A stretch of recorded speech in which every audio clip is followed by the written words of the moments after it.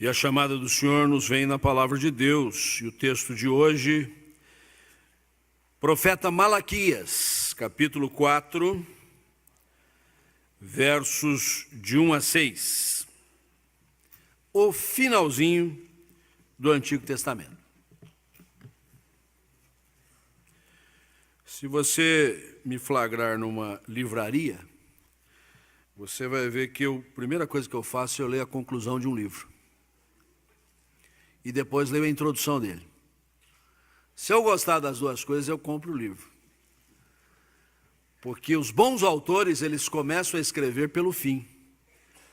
Eles dizem o que eles querem no fim. É para lá que eles estão indo. E é lógico que existe alguma técnica literária para, mesmo dizendo como é que termina, a gente ficar interessado em ler.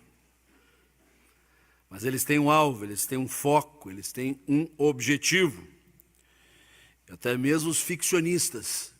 De tal maneira que você lendo essas duas partes extremas, você diz assim, eu vou ler porque eu gostei, me chamou a atenção. É muito diferente desses novelistas, né? Que eles vão escrevendo conforme a moda, né? Pesquisa de opinião diz que tal personagem precisa morrer, ou precisa ressuscitar, ou precisa matar. Aí eles escrevem, né? E aí você não sabe para onde é que a história está indo. Os bons escritores têm outras técnicas, e como está fazendo falta bons escritores, né? Nós estamos diante do melhor dos escritores, que é o Espírito Santo. Então você está aqui na página derradeira do Antigo Testamento. Acho que vale a pena a gente lê-la, meditá-la. Depois a gente vai lá para Gênesis 1, e com certeza você vai querer ler o Antigo Testamento inteiro. Vamos colocar-nos em pé e vamos acompanhar a leitura bíblica. Vamos fazer diferente, vamos ler juntos? Todos. Pois eis que vem o dia e arde como fornalha. Todos os soberbos e todos os que cometem perversidade serão como restolho. O dia que vem os abrasará, diz o Senhor dos Exércitos, de sorte que não lhes deixará nem raiz, nem ramo. Mas para vós outros que temeis o meu nome, nascerá o sol da justiça, trazendo salvação nas suas asas. Saireis e saltareis como bezerros soltos da estrebaria. Pisareis os perversos, porque se farão cinzas debaixo das plantas de vossos pés. Naquele dia que preparei, diz o Senhor dos Exércitos, lembrai-vos da lei de Moisés, meu servo, a qual lhe prescrevi em Horebe para todo Israel, a saber, estatutos e juízos. Eis que eu vos enviarei o profeta Elias, antes que venha o grande e terrível dia do Senhor. Ele converterá o coração dos pais aos filhos e o coração dos filhos a seus pais, para que eu não venha e fira a terra com maldição. Senhor, nós agradecemos a Ti a Tua palavra. Ela é o convite da graça. Ela é a palavra que atrai o nosso coração para as Tuas coisas. Ela é a mensagem de redenção e de salvação. E nesta hora, esta porção seja usada pelo Teu Espírito para alcançar a cada um de nós, conforme a Tua vontade e o Teu querer. Senhor, em nome de Jesus. Amém. Vamos assentar. Como sempre, eu nunca combino com o coral, mas o Espírito Santo faz isso. E o hino diz, manso e suave, Jesus convidando. Mas às vezes Jesus não é tão manso e tão suave para nos convidar à fé, para nos convocar à reflexão da sua palavra, para chamar a nossa atenção para os seus caminhos. Algumas vezes ele é contundente, ele é agudo, ele é forte, ele bate pesado. Mesmo assim não deixa de ser um convite da graça. Mesmo assim é a palavra do Senhor nos convidando, dizendo, vem já, passou da hora, tem que tomar decisão, tem que seguir os meus caminhos, tem que andar pelo caminho reto. Nós estamos diante da conclusão do Antigo Testamento, bastante carregada, bastante forte. E nenhum leitor, por menos interessado, menos afadigado em conhecer essa passagem, iria concluir que Deus está chamando mansa e suavemente. Ao contrário, o Senhor está nos chamando, sim, com o convite da graça, mas diante de um juízo iminente. Claro, evidente. E mesmo assim não deixa de ser a palavra que convida a conhecer mais ao Senhor, a sabermos dos seus caminhos e a andarmos por Ele. Se você observar bem, o versículo 1 que diz assim: vem o dia e arde como fornalha. O fogo está aceso, está incandescente. E para que esse fogo? Os soberbos e os que cometem perversidade vão entrar nesse fogo e vão virar restolho. O dia que vem os abrasará, diz o Senhor dos Exércitos, de sorte que não lhes deixará nem raiz, nem ramo. Tempo de um severo juízo do Senhor contra os soberbos, contra os perversos. Contra os soberbos, contra os perversos. Quando nós vamos avançando pelo Novo Testamento e alcançamos a primeira carta que João escreveu, no capítulo 2, no verso 16, João diz assim: nós não devemos amar o mundo, nós não devemos amar as coisas mundanas, nós não devemos nos apegar ao mundanismo, porque o mundo, João descreve, é a concupiscência, a cobiça, a cupidez dos olhos, nós desejamos, nós queremos, nós fazemos por causa disso coisas absurdas. A concupiscência da carne, as paixões carnais, esse desejo que agora se encarna em nós, e a soberba da vida. A soberba da vida, que caracteriza o mundanismo. Esse sistema de vida que é contrário ao sistema do reino de Deus, onde o que se visa é a glória do Senhor, onde o que se requer é que o Senhor seja reconhecido como Deus soberano, Deus altíssimo, a Ele rendemos toda a glória e todo louvor. Não, nós nos colocamos no centro. A soberba da vida nos acompanha desde o jardim do Éden. Esta foi a astúcia, o ardil, a armadilha do tentador, quando mesmo disse, não é para comer nenhum dos frutos que estão aí, eles disseram, não, nós podemos comer de tudo, só não podemos comer da árvore do conhecimento do bem e do mal. Porque o dia que a gente comer, a gente vai morrer. Morrer nada. É porque vocês, quando comerem isso, vocês vão ser igual a Deus, que sabe tudo, que conhece tudo, que pode tudo. É mesmo? Vamos ser iguais a Deus? Tomamos o lugar de Deus, soberba. E em maior ou menor grau, nesta ou naquela geração, com esta condição social, econômica ou com aquela, o homem tem se deixado conduzir pela soberba. Mas o juízo de Deus vem, e vem forte, bem firme contra os soberbos e os perversos. Numa linguagem sintetizadora, tomando por esta expressão, todos aqueles que se devotam à maldade, à malignidade, a cometer a perversidade, num crescendo, a capacidade do homem de ser ruim, de engendrar o mal. E nessa descrição do primeiro versículo se coloca o seguinte cenário de juízo: o fogo é arrasador. Em vez da água que afogou a muitos, que deixou muita gente morta no dilúvio, mas não foi tão arrasador. Aliás, esta é a descrição do Novo Testamento consoante ao juízo final do Senhor. Não vem com água, não. Vem com fogo, onde os céus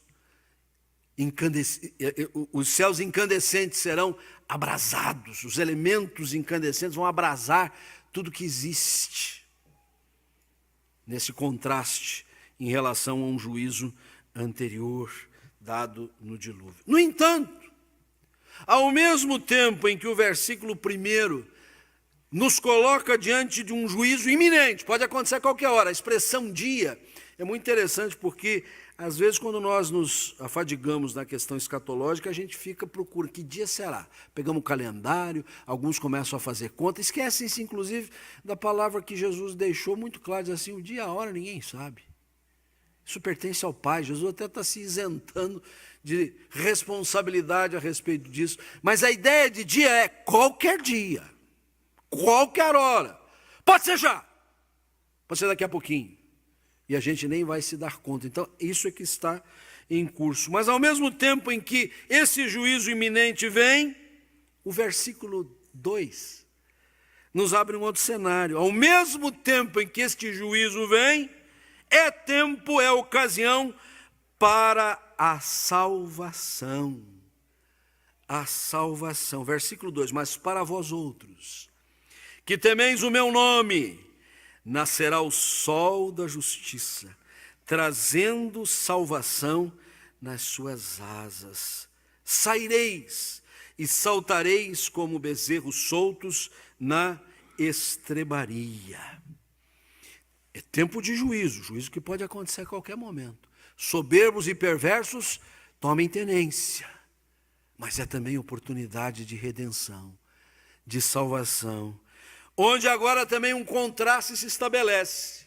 O sol que ilumina, o sol que esclarece, o sol que clareia, diferentemente do fogo que consome, vai prevalecer, trazendo nas suas asas a salvação, o sol da justiça, o sol que ilumina versus o fogo que destrói. Por isso é tempo de alegria. E na descrição desse cenário de alegria, diz que a gente vai parecer como bezerros soltos na estrebaria. É uma figura um pouco exótica para nós, né? Há outras maneiras da gente ficar saltitante de alegria, mas para o profeta que conhecia muito bem esta vida agropastoril, foi o que lhe ocorreu ali. Saireis e saltareis como bezerros soltos na estrebaria. A chave aqui é, estão felizes na vida. Por quê? Porque escaparam do juízo e caíram nas graças da salvação.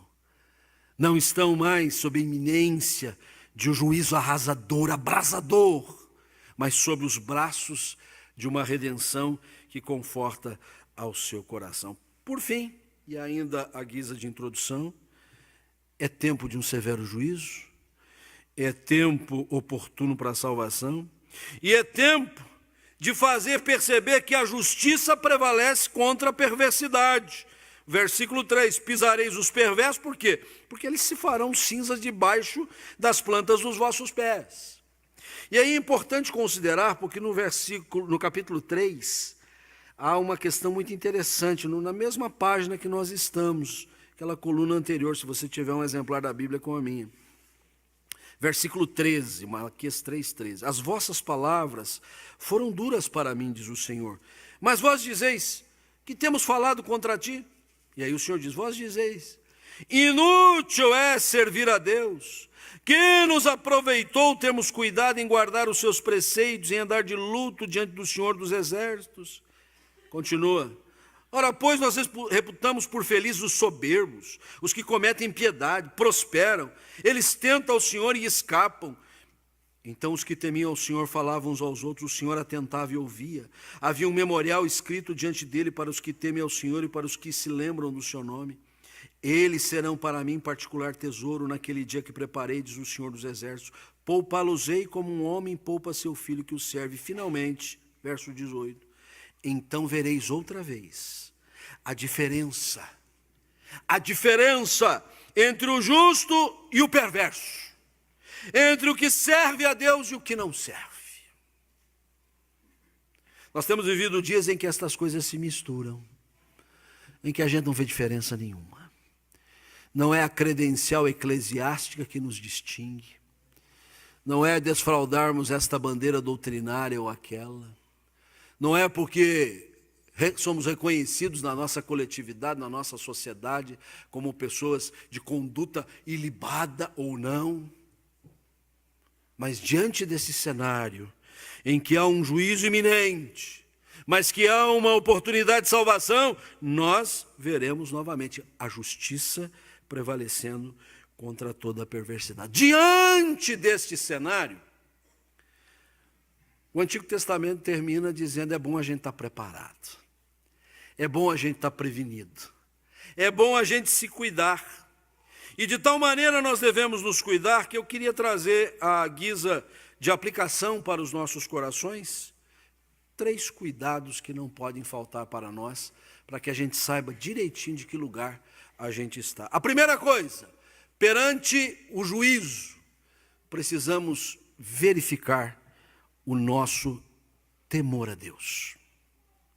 Precisamos avaliar com muita atenção o nosso temor a Deus. Precisamos averiguar se de fato temos o temor do Senhor no nosso coração, ou isso é apenas uma aparência, um costumeirismo, um hábito. Recebemos das gerações anteriores, estamos num sistema eclesiástico que nos ajuda a transparecer que louvamos, adoramos, servimos ao Senhor, quando na verdade o nosso coração está longe do Senhor. Isaías já faz essa advertência muito severa algum tempo antes, alguns séculos antes de Malaquias. Quando ele diz: eles falam, eles cantam, eles louvam, mas o seu coração está longe de mim, muito distante de mim. Porque o verso 2 diz assim: mas para vós outros que temeis o meu nome. Para vocês que de fato temem, e é verdadeiro esse temor ao meu nome, à minha pessoa, ao meu governo sobre a face da terra, a minha soberania, para vocês nascerá o sol da justiça. Aprendemos nas Escrituras que o temor do Senhor é o princípio da sabedoria. Quanta gente estulta nesse mundo, quanta gente estúpida nesse mundo, porque lhes falta o básico, o essencial. Alguns muito doutos, muito capacitados, com currículos fabulosos, outros nem tanto, não importa, da qual teve o seu direcionamento da vida. Mas se nos falta o temor do Senhor, nós não alcançamos o primeiro passo, o principal, o essencial, o fundamental. É isso que quer dizer o princípio da sabedoria, o temor ao Senhor. É por isso que pessoas muitas vezes iletradas, pessoas pouco alfabetizadas, mas que revelam uma absoluta reverência diante da face do Senhor. São pessoas incapazes de proferir o impropério a Deus. São pessoas que revelam pela sua conduta, pela sua palavra, pela sua maneira de viver, que de fato temem ao Senhor, estão muito acima daqueles outros tantos que puderam acumular diplomas, porque lhes falta o temor ao Senhor. Quando diante da maravilhosa graça de Deus, que foi capaz de assumir a nossa humanidade na pessoa de seu Filho, o Salvador Jesus, que foi até o Calvário para ali levar todos os nossos pecados, e ao divisarmos a cruz vazia, sabemos que Ele levou ali os pecados, Ele levou o nosso fardo, mas Ele venceu a morte e nos outorgou a vida eterna. E diante deste oferecimento de salvação, a gente diz assim: não estou nem aí para isso. Isso aí não precisava, não.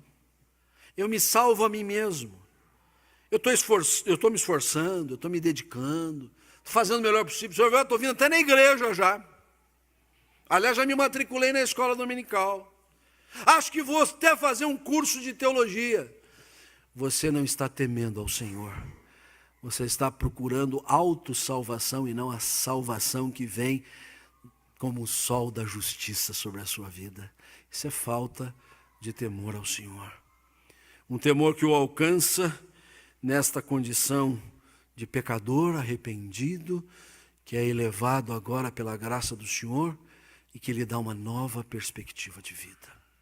Sim, perante o juízo, nós precisamos asseverar avaliar, verificar que nós tememos ao Senhor, não a autoridade eclesiástica, não as injunções sociais, não a cultura que nos cerca, mas ao Deus que está acima de todas essas cogitações, sobre quem as nossas vidas estão estabelecidas. Perante o juízo, precisamos verificar com mais atenção se temos temido ao Senhor de verdade ou não. Em segundo lugar, perante o juízo, precisamos valorizar as Escrituras Sagradas, que justamente nos informam sobre isso.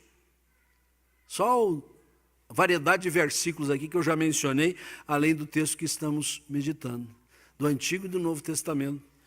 E nós poderíamos ir de ponta a ponta, o tempo é que não nos permite entrar em detalhes. Elas é que nos dão esse esclarecimento.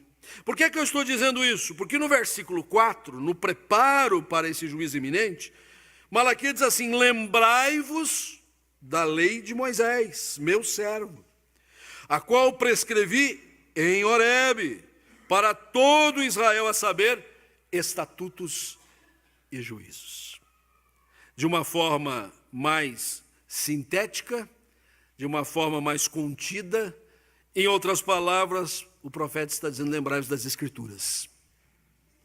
Quando o apóstolo Paulo escreve a Timóteo sobre a importância dele se apegar às Escrituras, ele está falando sobre o conjunto todo das Escrituras Sagradas. Toda a Escritura é inspirada por Deus e útil para a correção, para a repreensão, para a educação na justiça, a fim de que o homem de Deus seja perfeito e perfeitamente habilitado para toda boa obra. E hoje, quando nós lemos esta página, nós inserimos também o Novo Testamento, que Paulo ainda não tinha esta concepção.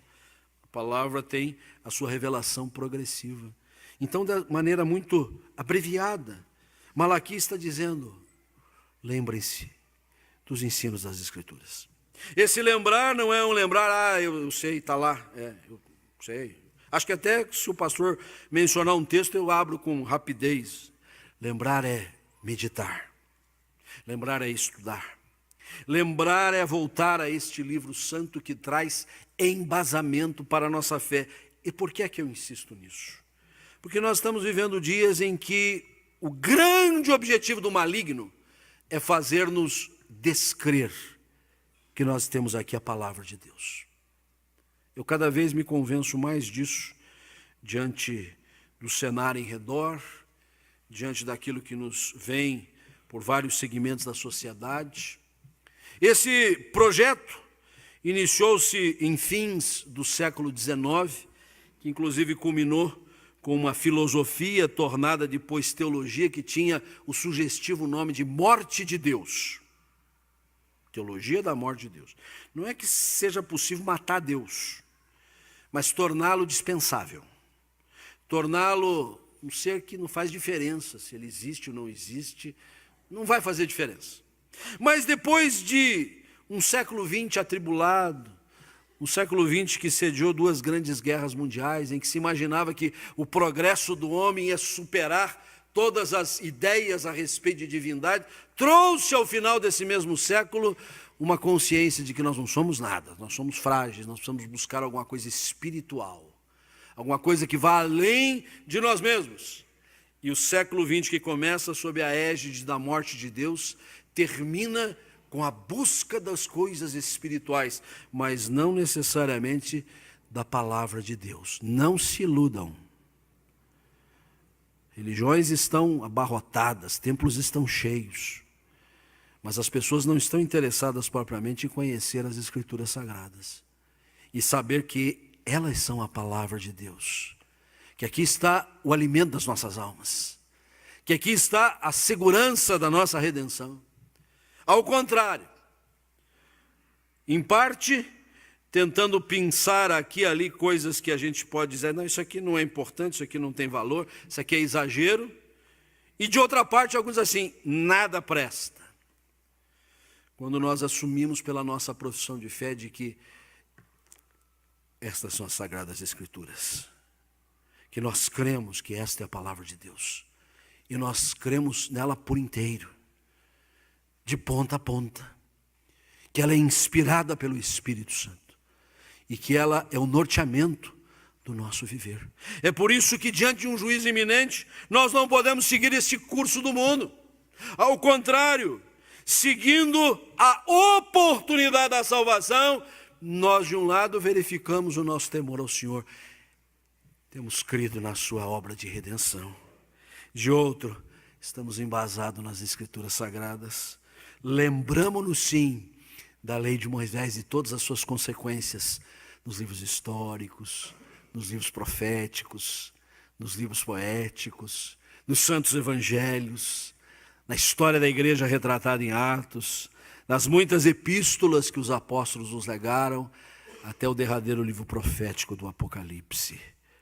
Nós valorizamos as Escrituras Sagradas. Quero finalizar, porque diante de um juízo iminente, nós devemos sim verificar o nosso temor a Deus, valorizar as Escrituras Sagradas, mas de um modo muito peculiar. Todo o Antigo Testamento termina com essa declaração: virá o profeta Elias antes do grande e terrível dia do Senhor, e ele trará uma mensagem para converter o coração dos pais aos filhos e o coração dos filhos a seus pais, para que eu não venha e fira a terra com maldição. Quando avançamos para o Novo Testamento e aparece a figura de João Batista, fazemos um link muito apropriado, consoante a isso. O Senhor mesmo diz, ele veio. Vocês é que não perceberam que ele veio preparar o caminho do Senhor. Mas chama-nos a atenção essa declaração do versículo 6 que nos leva ao último ponto. Perante o juízo. Volta para mim lá que saiu aqui, meu filho. Perante o juízo iminente, nós precisamos, além de tudo isso, voltar às nossas bases familiares. Conversão do coração dos pais aos filhos e coração dos filhos a seus pais, para que eu não venha e fira a terra com maldição. Estamos no mês do lar. Estamos hoje no dia da mocidade presbiteriana. Estamos aqui celebrando atos sacramentais como o batismo, incumbindo pais, a igreja, da responsabilidade com as suas novas gerações. Mas é muito sugestiva essa proposta, converter o coração dos pais aos filhos, dos filhos aos pais. O saudoso pastor e teólogo Eugene Peterson, que compôs a paráfrase chamada A Mensagem, quando traduz este versículo, em linhas gerais diz assim: e ele vai fazer os pais ensinarem aos seus filhos e os seus filhos cuidarem dos seus pais. Duas realidades que estão sendo superadas pela geração presente. Os pais não ensinam mais a seus filhos, e os filhos, quando estão em poder de cuidar dos seus pais, não estão cuidando dos seus pais. Estão delegando para terceiros, estão desprezando as suas gerações, estão deixando-os à míngua. No tocante à primeira responsabilidade dos pais com os filhos, estamos preparando uma geração despreparada. Estamos entregando ao futuro uma geração que não conhece as Escrituras Sagradas, que não tem temor do Senhor, que não respeita os balizamentos da fé cristã, porque nos omitimos como os pais de ensiná-los. Não temos voltado às nossas bases. De outra sorte, a geração dos filhos já crescidos, já em tempo de poder cuidar dos seus genitores, talvez já mais envelhecidos, também estão muito ocupados, não tem tempo para eles, não tem recursos para eles. Podem dar todas as justificativas para não se fazerem presentes. E faz parte da conclusão das Escrituras no Antigo Testamento, que nós nos preparemos para o juízo iminente, não apenas verificando nosso temor a Deus, não apenas voltando às Escrituras, base da nossa fé, mas voltando às nossas bases familiares, rompendo com o que aí está, ultrapassando essas limitações que o tempo presente tem nos colocado, aceitando o desafio da palavra de Deus, para que o firmamento das nossas casas, dos nossos lares, sejam muito seguros, porque estão consoante a vontade, estão exatamente como o Senhor requer de nós. Que que nós possamos levar em consideração isso. Por quê? Porque o dia vem. O dia vem. Não sei quando, mas ele vem. E vem ardendo como fornalha. Que nós estejamos debaixo do sol da justiça. Que nós estejamos abrigados debaixo das asas da salvação. Que nós estejamos regozijantes como bezerros soltos na estrebaria. Porque nós verificamos o nosso temor ao Senhor e ele foi positivado. Porque nós valorizamos as Escrituras em tudo na nossa vida. Porque nós estamos sedimentados nas boas bases familiares que o Senhor requer de nós. Que Deus assim nos abençoe. Amém.